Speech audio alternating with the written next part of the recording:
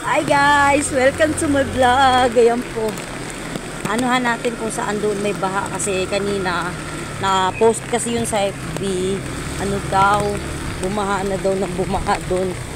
Try natin puntahan para kung makita talaga natin. Para kahit papano may matulungan. Sa Barugo kasi, doon nakatira yung isang supervisor ko dati. Kaya tignan namin kung okay pa ba sila doon kasi sabi kanina nag-live, okay naman kasi tinawagan ko si T. Lorna, sabi niya okay naman daw siya. Pero nung live ni Ate kanina, si Shirley, yung kapatid ni Ate Shirley, nasa nasa bukana na nila yung tubig. Tapos naglilimas na sila, pumasok na yung tubig eh.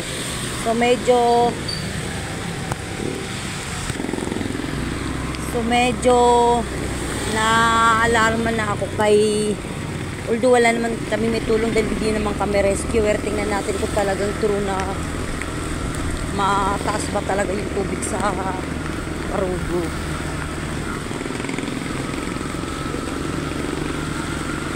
Kasi baka puntahan natin yung nila yung lugar. Tingnan natin, check natin kung di pa ba humupa na ba yung tubig sa Barugo. Ay!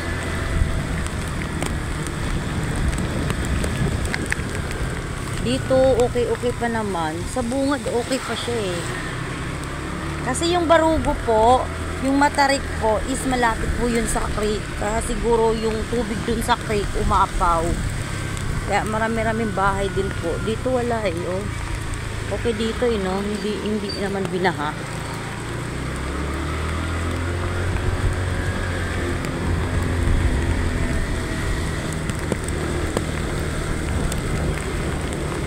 Pero may van na doon pumunta. Ibig sabihin, okay na yun. Nakakadaan na sila. Ano pa? Or lumiliko lang sila. May nangihingi ng tulong dyan sa may sa may clinic pababa pa.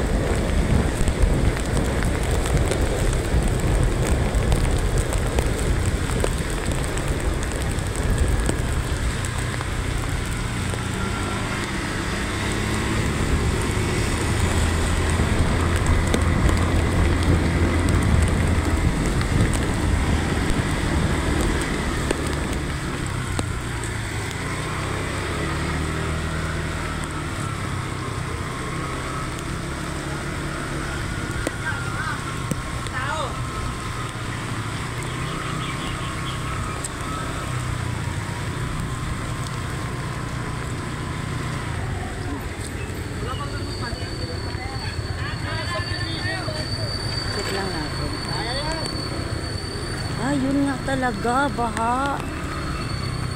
So guys, ayan, baha talaga pala siya. So hindi, buti nakuha na yung van.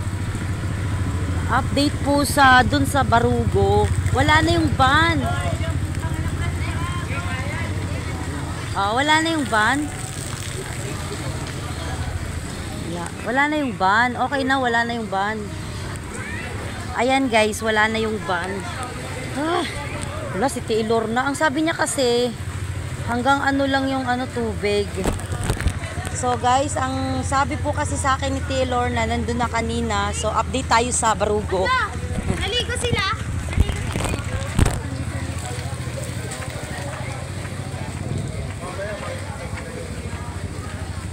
Hindi nga makadaan. Paano sila T. Lorna?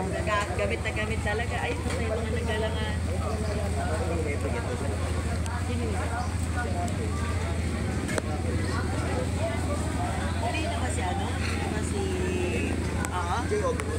Si Jay ang over. Pero sa atin dito. Boss Jay. Ay, lampas tao may may nangangalakal na. Ayan na oh. Nakakatawid na si kuya, nangangalakal. Nakapangalakal na. Lalim yan. Lalim po doon. Pag dito nasa ibabaw siya. Ayun o, nakaulo na po. Lumalangoy na lang. Kaya. Nasa ibabaw pa siya ng tulay niya. Okay. Bigyan po lubog yan. Ayun dito yung malalim kuya, yung sa gitna. Yung sa may tulay, yung ano. Mataas pa na may tulay.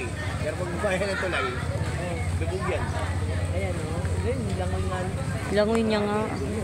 Grabe yung Ang sakit na nakaimig na tayo yan ha. Hindi pa sila. Parang, hindi ba natanggal yung harang ng ganun? Hindi ba, nilampasan yung kuya?